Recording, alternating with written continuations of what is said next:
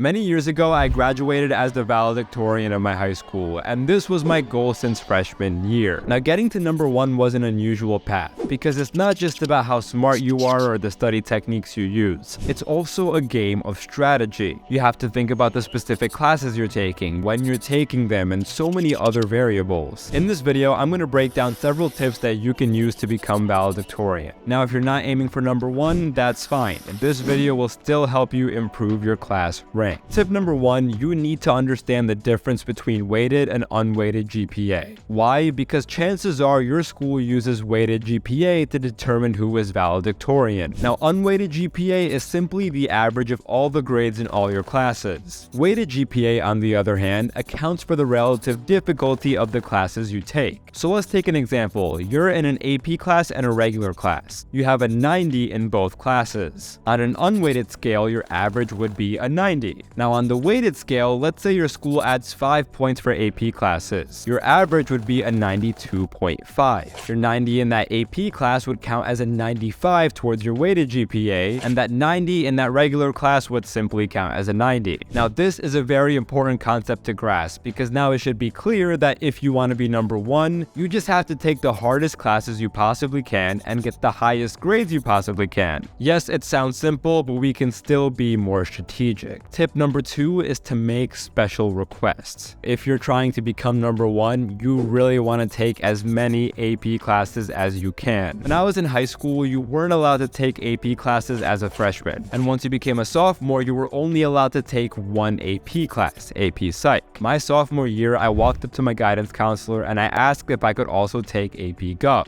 I had a feeling that if I asked to take 2 AP classes instead of 1, my school might have said yes. And that's what happened. She said yes, and that let me get another AP class under my belt, which now counted towards my weighted GPA. Now that leads into tip number 3. You want to take the hardest AP classes later during your high school career. So let's say you get to take 10 different AP classes throughout high school. And let's say you already know AP Bio and AP Lit are going to be extremely difficult for you. If you can, put these classes off until senior year. Why? Because the weighted GPA that determines your ranking will generally only include grades from freshman, sophomore, and junior year. While your senior year grades will affect your GPA and will be sent to colleges, chances are they will have no impact on your actual class ranking. So if there are some hard AP classes that you still want to take for the sake of college applications, but you don't want to tank your weighted GPA for ranking, you can simply put these harder classes off until your senior year. Now, I sort of did this by taking AP Bio my senior year. Fortunately, I did do fine, but I did have a feeling it would be one of my harder classes, which it was. So now, on your journey to becoming valedictorian, you're gonna have to study a lot. And that's where the sponsor of today's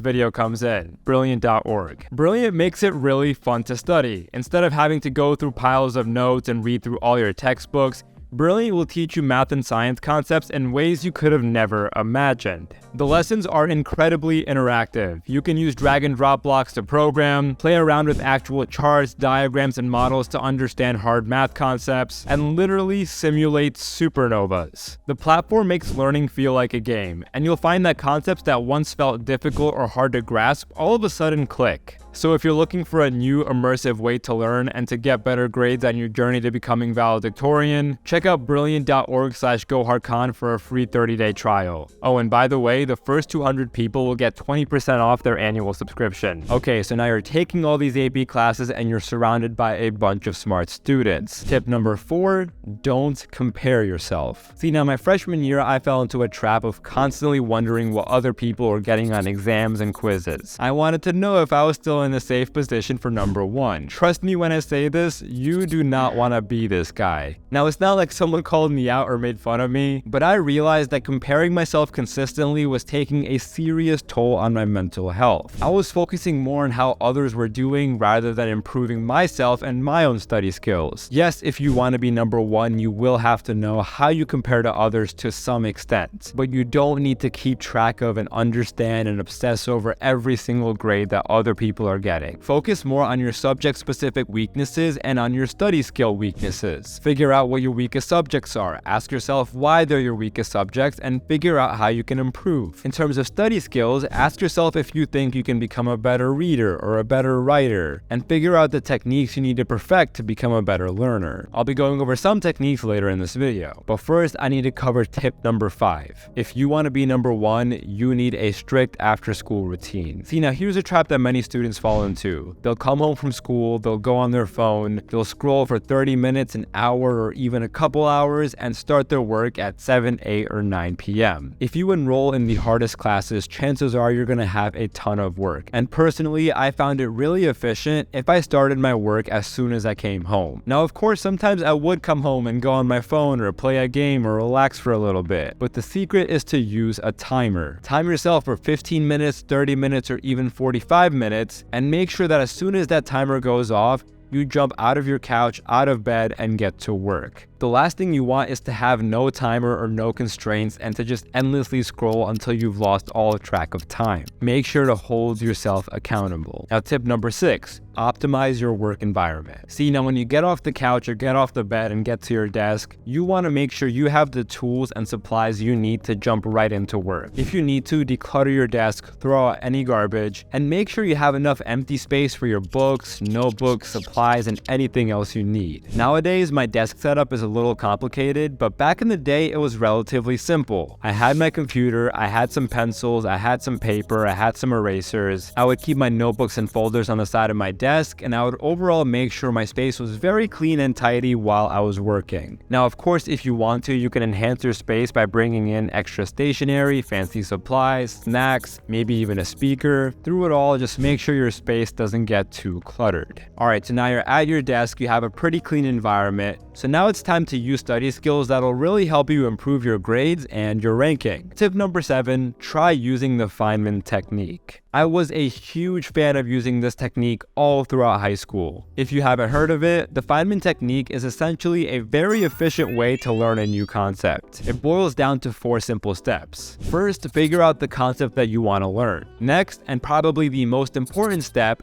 pretend you're teaching this concept to someone else. More specifically, pretend you're teaching it to a child or someone who isn't familiar with the concept. Doing so will really force you to digest the material before you pretend to teach it to someone else. Personally, during this step, I was a huge fan of using a mini whiteboard and drawing diagrams and pretending I was teaching an actual class. If you want to enhance this step even further, bring in your younger sibling and pretend to teach them. They may not like it and they may get bored and they may try to leave, but see if you can make them stick around for at least 30 minutes as you try to teach the lesson. If they really don't want to participate, maybe you can give them $10 and hope that they change their mind. Alright, and step 3 of the Feynman Technique is to figure out the gaps in your knowledge as you're teaching this concept. Figure out where you stumble over your words or where you might not have all the information. And then step 4 is to fill in these gaps by going back to your textbook or lecture notes and enhancing your understanding of your weakest subjects. And as you're studying these concepts and as you're reviewing, my 8th tip will come in handy. Use spaced repetition.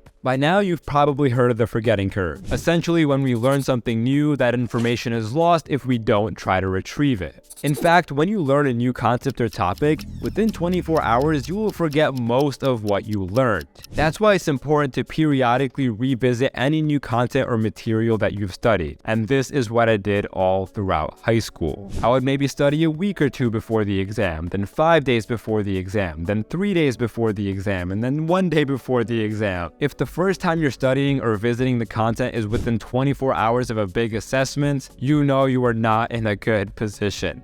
And if this happens to you often, you should really start embracing the principle of spaced repetition. And a similar tip, which might be a little controversial and is more of a personal preference, is to split everything evenly. So let's say I walk into AP Psych and my teacher tells me that I have a 70-page reading due the following week. I will make sure to read 10 pages every single day. And throughout high school and even college, I would do this with all of my assignments. Whether it was a reading or a homework problem or a group project, I would try to do a little bit every day so I wouldn't feel that pressure of doing everything at the last minute. Alright, tip number 10, which is honestly one of the most important things that you should do as a student, is to constantly constantly ask for help when you need it. And by this, I don't mean spamming your teacher with a bunch of emails every single night asking clarifying questions. Chances are they'll just get annoyed if you do that. But throughout high school, I was a big fan of using Stack Exchange and just asking any questions that I had about different subjects. For example, if I was super stuck on a math problem, I would just go to the Math Stack Exchange website and ask my question. And the best part about these forums is that the people answering your questions might not give you the answer up front. I remember when I would ask my math questions, they would really try to get me to explain my reasoning, my train of thought, and what I had attempted. But of course, I sound like a boomer saying all of this because nowadays you can just use ChatGPT. But if you do use it and you really want to become valedictorian, please don't just use it for answers. ChatGPT can act as an amazing tutor or learning tool if you know how to use it properly. So if you're stuck on a problem and ask it for an answer, also ask it to explain the steps. If you see anything that you're confused about, ask it to give you more details. Let me tell you, you guys are living in a whole new era of learning. So, I graduated from college 2 years ago, so I will never be able to use ChatGPT in one of my classes, but I know for a fact that if you are a student who is trying to do better and trying to rank higher, ChatGPT can become such a useful tool.